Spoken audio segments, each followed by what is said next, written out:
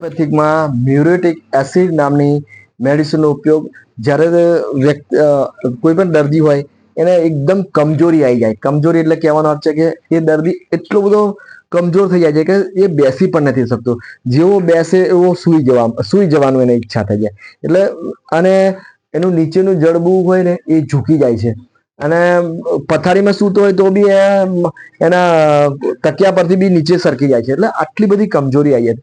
Most of આવું કોનામાં થતું હોય છે તો કે જે લોકો અમુક તાવમાં ફસાયેલા હોય, અમુક એવી બીમારી, અમુક તાવ હોય, ટાઇફોઇડ જેવા તાવમાં વધારે ઉપયોગમાં આવે છે કે જ્યારે એ તાવ લંબાય, થોડા અમુક ટાઈમ થાય પછી શું એનામાં તાવ તો ઓછો થઈ જાય છે પણ એનામાં કમજોરી બહુ આવે. એટલે આવા કોઈ લક્ષણો દેખાતા હોય ત્યારે આ મેડિસિનનો ઉપયોગ થઈ જાય છે. અને એમાં પણ આવી કમજોરી વિશેષ ધ્યાનમાં રાખવી પડે છે. આ મેડિસિન જ્યારે મ્યુરેટિક એસિડ નામની મેડિસિનનું આપણે સિલેક્શન કરતા હોય ત્યારે, અને એક જ્યારે કમજોરી પર આપણે ભાર વધારે કરતા હોય, મૂકતા હોય તો એક આર્સેનિક આલ્પ છે, કાર્બોવેટ છે, એસિડ ફોસ છે, સલ્ફ્યુરિક એસિડ છે. એટલે આમે પણ અમુક એસિડમાં કમજોરી હોય જ છે. એટલે આવી 4-5 મેડિસિન જે ભેગી થાય છે એમાંથી અમુક વધારે જે સિમ્ટમ્સ મેચ થતા હોય એ મેડિસિનનું સિલેક્શન કરવામાં આવે છે. એટલે કહેવાનો અર્થ છે કે એટલો જ છે કે મ્યુરેટિક એસિડ જ્યારે બિલકુલ કમજોરી, એ એકદમ દર્દી ખાટલું જ પકડી લે છે કહેવાનો અર્થ. અને બેસી પણ નહીં શકતો, બેસે તો બી એને ઢળી પડે છે, સૂઈ જવું પડે છે. એટલે આવી કોઈ કમજોરી આવી જાય ત્યારે હોમિયોપેથિકમાં મ્યુરેટિક એસિડનો ઉપયોગ થાય છે. પછી બીજા અમુક લક્ષણો છે કે જ્યારે એની માનસિક કમજોરી બી આવી જાય છે કે આજુબાજુ શું બને છે જવાબ પણ આપી નથી શકતા. એ થોડું અંદર બીજી એમાં આનિકા અને બેક્ટેરિયા બી ઇન્વોલ્વ થઈ શકે છે. એટલે થોડા સેટિંગ કરવા પડતા હોય છે. અમુક મેડિસિનનું ભેગા થઈને જે 2-3 સિમ્ટમ્સ સેટ કરવા પડતા હોય છે, એમાંથી પછી એક મેડિસિન સિલેક્શન કરવામાં આવે છે.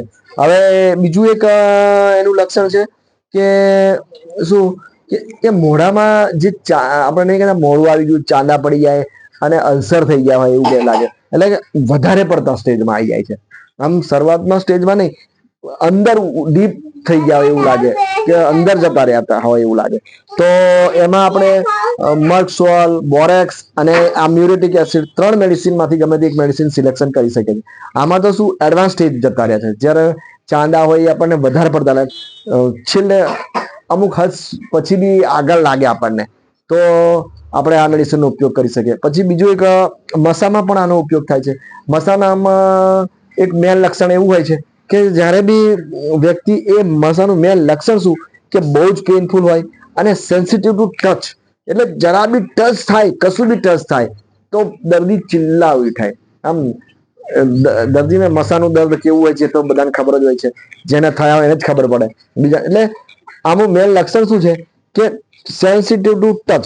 એટલે બહુ જ પેઇનફુલ હોય અને બહુ જ એને કઈ બી ચાદર અડે કે કપડા અડે તો બી દર્દી એકદમ ઊભો થઈ જાય. એટલે દર્દથી આમ પરેશાન થઈ જાય.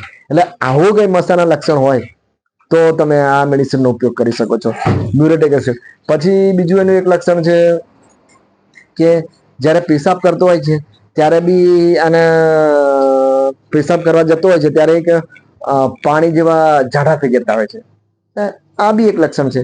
એટલે આ બધા એના મેન ગાઈડિંગ સિમ્ટમ્સ મેન તમને બતાવ્યા મ્યુરેટિક એસિડના. હવે આમ તો બીજા બી એના લક્ષણો છે પણ આ મેન લક્ષણો છે. હવે આ ગાઈડિંગને આપણે શું કહેવાય કે ગોલ્ડન સિમ્ટમ્સ કહેવાય કે જેના આધાર પર આપણે આખી મેડિસિનનું સિલેક્શન કરી શકીએ છીએ. હવે આમાંથી કોઈ બી એક સિમ્ટમ્સ દેખાઈ જાય તમને તો તમે આ મેડિસિનનો ઉપયોગ કરી શકો છો. અમુક ટાઈમ સુધી રાખવી પડતી હોય છે, 15-20 દિવસ, પછી જોવાનું કે કેવું એનું રિઝલ્ટ મળે છે. તો હવે આ મ્યુરેટિક એસિડનો આટલો જ ટોપિક છે.